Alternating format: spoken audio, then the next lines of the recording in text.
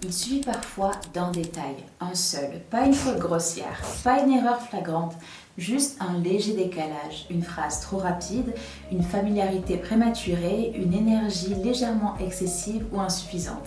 Et quelque chose se contracte, la conversation continue, on vous écoute, on vous remercie, mais l'élan est passé et vous le sentez, sans pouvoir l'expliquer. Je veux que vous entendiez ceci. Ce phénomène n'a rien à voir avec votre intelligence, ni avec votre valeur, ni même avec votre compétence. La crédibilité ne repose pas uniquement sur ce que vous savez, elle repose sur la manière dont vous êtes perçu. Dans cette vidéo, je vais vous montrer pourquoi une seule maladresse peut fragiliser une crédibilité entière, pourquoi elle n'est presque jamais formulée clairement et comment éviter que cela continue de vous coûter des opportunités. Pas en devenant quelqu'un d'autre, mais en comprenant ce qui se joue réellement. Si vous savez déjà que vous voulez comprendre ces mécanismes en profondeur, alors la masterclass que j'organise est faite pour vous. On y travaille précisément sur ces seuils invisibles qui transforment la perception. Commentez masterclass et je vous l'enverrai. On croit que la maladresse, c'est le contenu, un mot mal choisi, un geste mal interprété, une tenue inadéquate, mais dans la majorité des cas, ce n'est pas le contenu, c'est le seuil. Le moment exact où vous prenez une place, trop tôt ou trop tard. Dans les environnements exigeants, il existe une hiérarchie invisible, pas toujours liée au titre, mais liée au rôle symbolique dans l'instant. Si vous entrez avec trop d'assurance trop vite, vous créez une tension. Si vous entrez avec trop de retenue, vous créez un doute. Et ce micro-décalage altère la lecture. Si cette idée vous fait réaliser que ce n'est pas un manque de compétences, mais un mauvais réglage, alors ne laissez pas cette prise de conscience flotter. Dans la masterclass, je vous montre comment identifier ces seuils avant d'entrer dans la situation. Commentez masterclass et je vous envoie le lien. Parlons maintenant du coût. Le vrai coût, ce n'est pas l'embarras, c'est la trajectoire. Un recrutement manqué, une recommandation non faite, un mentor qui ne s'active pas, un cercle qui ne s'ouvre pas, ces choses ne se voient pas, mais elles s'accumulent. Et dans les milieux sélectifs, la crédibilité est cumulative. Chaque interaction renforce ou fragilise la suivante. Vous ne repartez pas à zéro. Vous construisez ou vous érodez un capital invisible. Et ce capital influence la vitesse d'ascension, le niveau de responsabilité, la qualité du contact. Ce n'est pas dramatique, c'est progressif. Et c'est précisément ce qui le rend dangereux. Prenons maintenant un exemple concret. Un jeune alternant que j'ai accompagné intervenait toujours très vite en réunion. Idées pertinentes, analyse solide, mais timing mal calibré. Il intervenait avant d'avoir complètement lu la dynamique hiérarchique. Résultat, ses idées étaient bonnes, mais reprises par d'autres plus tard.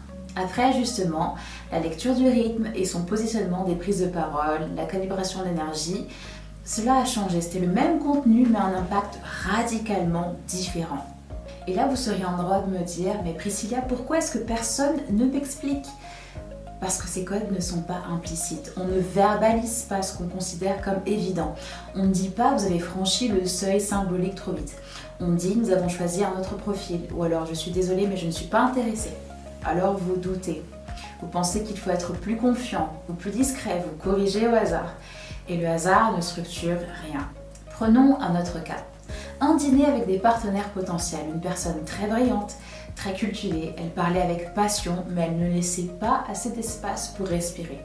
Résultat, elle paraissait chercher à convaincre au lieu d'être naturellement crédible.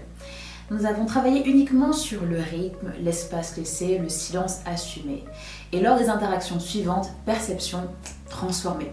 Parfois, l'autorité ne se démontre pas, elle se contient. Je vais vous donner un ancrage très pratique. Présence. Un cadre de réglage avant chaque situation à enjeu. P pour positionnement. Suis-je en train de prendre la place ou d'entrer dans la place?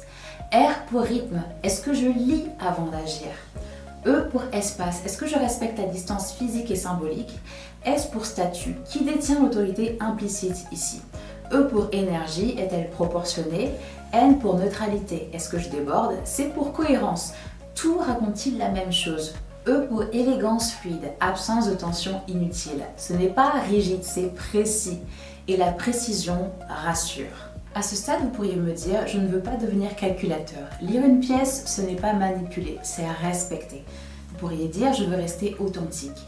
Mais l'authenticité, son conscience contextuelle est parfois perçue comme de la naïveté. Ce sont des détails, pourriez-vous dire. Eh bien, dans les milieux à haute exigence, les détails décident. Si vous voulez que votre compétence et votre personnalité soient enfin perçues à leur juste valeur, si vous voulez arrêter de douter après coup, si vous voulez entrer dans une pièce avec clarté plutôt qu'avec une intuition floue, alors rejoignez la masterclass. Vous y apprendrez à sécuriser votre crédibilité dans les contextes à enjeu. Commentez masterclass et je vous l'envoie. Une seule maladresse peut coûter cher, pas parce qu'elle est grave, mais parce qu'elle brouille la lecture. Et dans certains milieux, la lecture, c'est tout. La clarté n'est pas une performance, c'est une maîtrise. Et la maîtrise change une trajectoire. À très bientôt les amis et prenez soin de vous.